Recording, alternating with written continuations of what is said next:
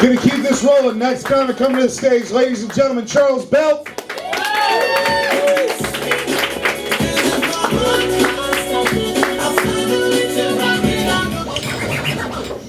Beautiful. Can we talk about the Bible tonight? Yeah. Is that okay? Got any Bible readers in the room? Yeah, one liar. Okay. One of my favorite verses in the Bible is that the eyes are the windows to the soul. Jesus said that. I think that's especially true when it comes to mind-altering substances. If you've been smoking marijuana, your eyes are bloodshot. Drinking, eyes are sunken. Amphetamines, your pupils are dilated. Opiates, your pupils are small. But did you know that if you consume all four at the same time, you look completely sober? I'm actually having a stroke right now, you guys. Anyone raised religious in the room? Yeah.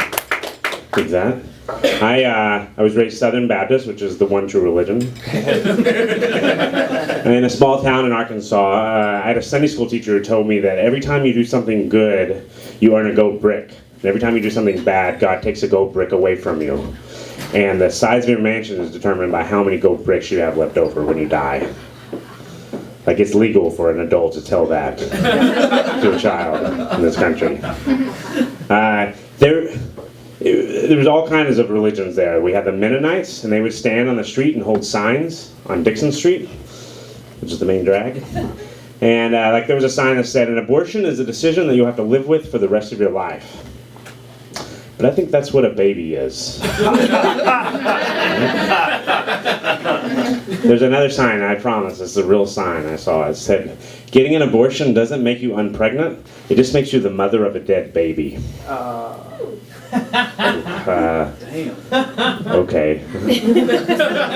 I'm pretty sure it also makes you unpregnant. Kind of the point, right? But I don't know what you think I'm hating. I actually like the Bible very much. I read a lot of sci-fi and fantasy books, and the Bible's in my top 5. And the main reason is because of the character arc that God undergoes. It's breathtaking. You know, he creates a world, he creates everything, he creates Adam and Eve, he creates paradise. And paradise, by the way, is you're naked and you're outside. Which would be pretty cool for about a weekend, right? There's only one rule in the Garden of Eden. You can't eat from the tree of knowledge of good and evil. But after about a week in paradise, I'll be like, I wonder what that fucking apple tastes like. And that's what happened. So they break the one rule, and God is super pissed. He comes down and he says, "Get the fuck out." He banishes them from paradise. But not only that, now men will have to toil and labor for everything that they earn. And women will have to just as much, but for 77 cents on the dollar. It's in the Bible. You know. But then, through the magic of incest, the world is populated. And now they live under a whole bunch of new rules, right? And it gets to a certain point where nobody's following any of these rules. And God is super pissed. So he does what any benevolent deity would do. He murders everyone with a flood. Everyone except for the one decent family. And to give you an idea, Noah is an alcoholic. His sons are absentee husbands. His daughters, well, I'll get to his daughters. It's okay. This is the one family that had their shit together. 40 days, 40 nights, the waters recede, the ark lands on Mount Sinai. What's the first thing Noah does? He plants some grapes, so he can make some wine, so he can get turned up, because he's a fucking alcoholic. Right? I said I would get to his daughters. What's the first thing his daughters do? His daughters rape their drunk father. Yeah. You can't make this stuff up, folks. I mean, somebody did. But then, through the magic of incest, the world is populated once again. And it gets to a certain point where nobody's following any of the rules. And God, guess what, ladies and gentlemen? He's super pissed. But he says, well, maybe I shouldn't have murdered everyone. So he decides to make an example. So he picks the 2 worst cities, Sodom and Gomorrah. These are really bad cities. They had gay people there. Yeah. And Sodom's where we get the term sodomy from, and Gomorrah, if you never Gomorra'd someone, you're still a virgin, as far as I'm concerned. So Sodom and Gomorrah.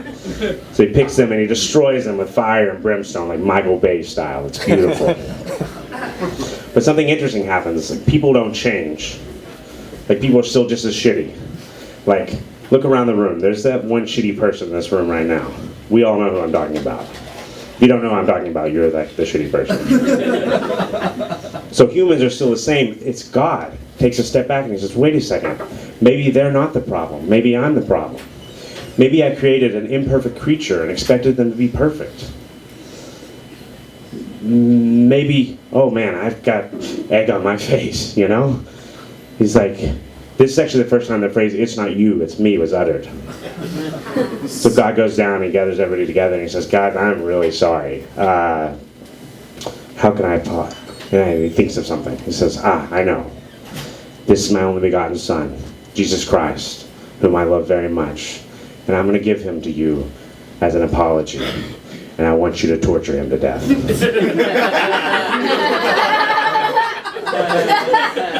Because even when God's apologizing, he's still a sociopath. Right? Great, thank you all very much. I'm Charles Bell.